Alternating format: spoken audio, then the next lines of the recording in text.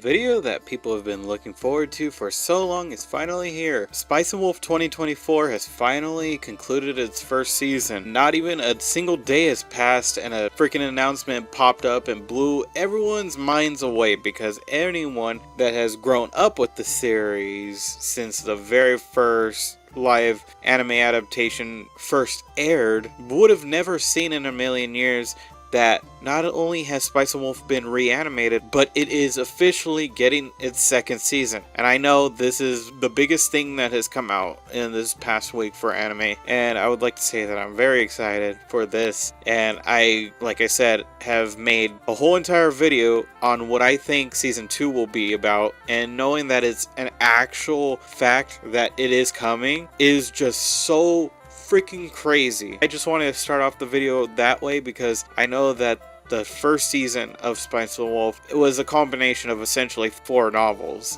of the light novel series, but I would like to go on to say that this anime has outperformed me in many ways that I never anticipated. And I did make several videos in the past about things that I liked about it and one little critique that I had towards it, which in all aspect was just about the soundtrack being replayed over and over. And I know that's something that someone else could relate with me on in the comments in that video. The first season of Spice and Wolf has definitely outperformed my expectations of what I anticipated in this first season. One thing that it did not really get well to the point where I thought, they would put at the end of the anime was definitely something having to do with Eve sort of hinting towards what next season will be about. And obviously for fans that have watched the original anime can say, oh yeah, there's gonna be that Eve character that pops up, the blonde chick, the blonde short-haired chick. They're gonna go into her backstory immensely, as she was once sort of like royalty or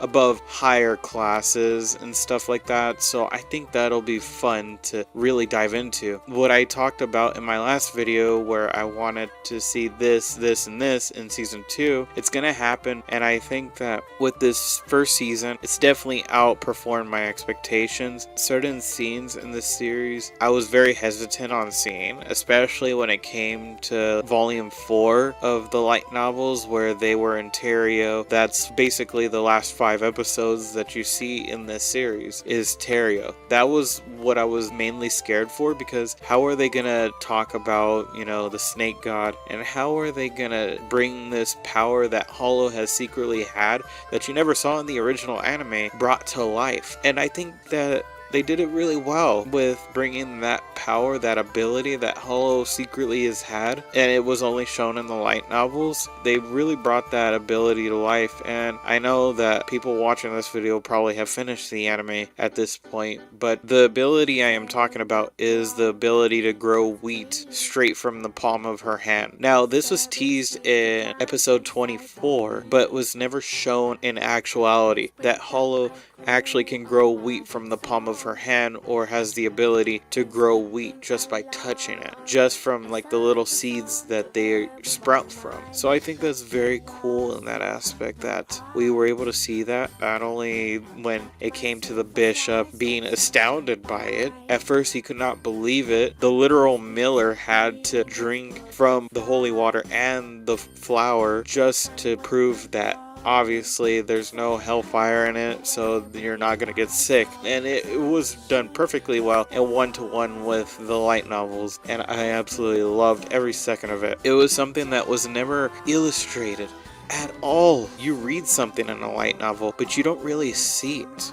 You can only imagine it in your mind. And when I first read the part where Hollow can actually grow wheat from the palm of her hand, and she demonstrated that to Lawrence for the first time, I could just only imagine what that looked like. I know we didn't really get that because it was out of frame, but the fact that it was shown off in such a manner was teasing to the viewer, because it's only left for thought on how she can actually do that physically, which I think is such a cool ability to do. I guess you could never run out of wheat, because wherever Hollow resides, the wheat resides. It really put much more meaning into not only that scene alone and the scenes where they're proving the bishop wrong, but the opening itself where Hollow is being pushed up from the wheat. So she sort of is symbolized in this manner of actually living within the wheat. So I think that was really cool that they did that in the second opening sign, which was really nice. Some of the scenes that really caught me off guard was definitely the scene where Hollow legitimately turned into a wolf, and how essentially in the beginning you can actually see her arm becoming wolf-like while the rest of her body still looks human. And I thought that was a nice touch that I really wanted to see in this series, especially with jaw-dropping moments where you think Hollow's gonna be this menacing killer. She can be if she really wanted to, but I don't think obviously she's that way anymore due to having an actual companion that's with her, that is being her voice of reason to say, no, that's not okay. You shouldn't be doing that. And that was really well portrayed in the first couple episodes, and how Lawrence and Hollow were definitely a lot different from each other, because obviously one's a human, one's a deity that is not really seeing human nurturing.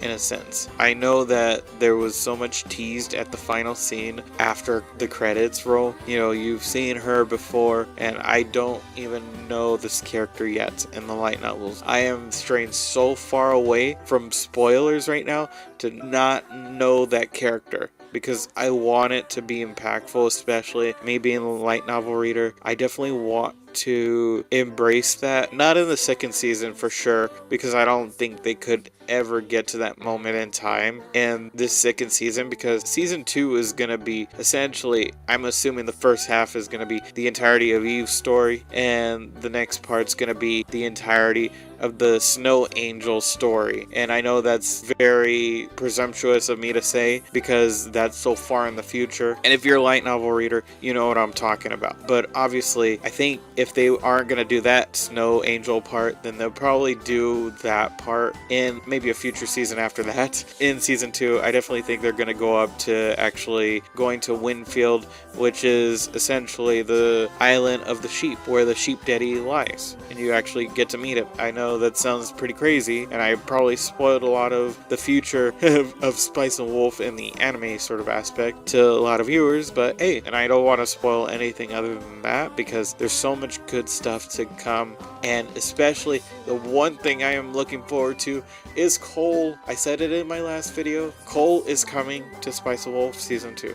There's no doubt about it that they're not only going to introduce Eve, but they're going to introduce Cole, and I cannot wait to see him finally animated for once. I know we didn't get it in season 1, but it is guaranteed by the actual author that we are getting Cole in season 2. I'm just saying it right now. There's no way you can introduce season 2 without introducing Cole. Cole is an essential part of the later novels, mind you, and he plays such a integral role in how Lawrence and Hollow become this nurturing couple. Spoiler warning, they become a couple, wow.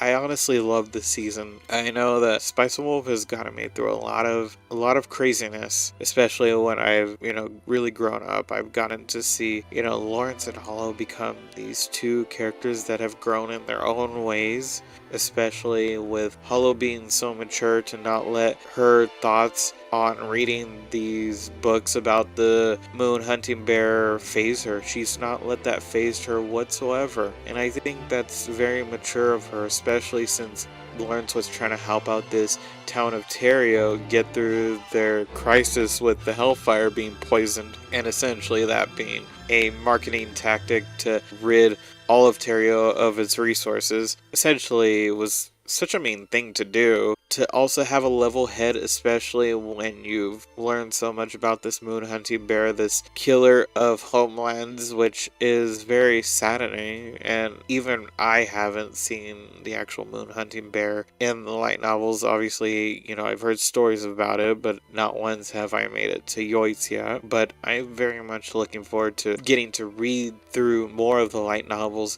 as we await for season 2, which I am very much looking forward to. But I would like to say one of my favorite moments of the entire series of the first season of Spice and Wolf 2024 had to have been the moment where Hollow and Lawrence and the other two were riding on Hollow's back. And I thought that was such a beautiful art illustration of not only Hollow's power, but what I really envisioned in my mind, in my imagination for the longest time when I read through that section where they got on Hollow's back, where they were sleeping right next to Hollow as a wolf form. It seemed so serene. To see that illustrated was such a beautiful piece of art that I don't think I would get tired of watching. I know I just barely watched this series, but as a light novel reader, that is a gift, and I would like to thank the entire studio, especially the voice actors and actresses that have really poured their heart and soul into this series, because without you, none of this would have been possible whatsoever. I do plan on rewatching the series, but in dubbed. That's definitely going to be a different perspective of the anime, especially because I originally watched Spice and Wolf dubbed, but I would like to say the dub for Spice and Wolf is one of my favorite dubs of all time. I know I have Toradora and this and that and whatever animes that I've watched dub that their dubs are really good, but Spice and Wolf is just on another level of dub.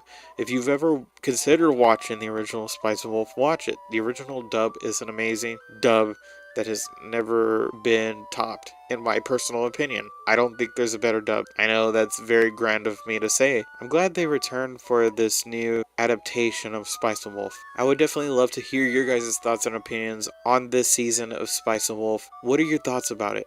Share with me all your thoughts and feelings about it, because Spice and Wolf is one of those series that holds a deep place in my heart. If you did like this video, my name has been Noble Oath. Feel free to like, subscribe, comment down below your guys' thoughts and opinions. And with that being said, I will see you guys in the next one. Take care and peace.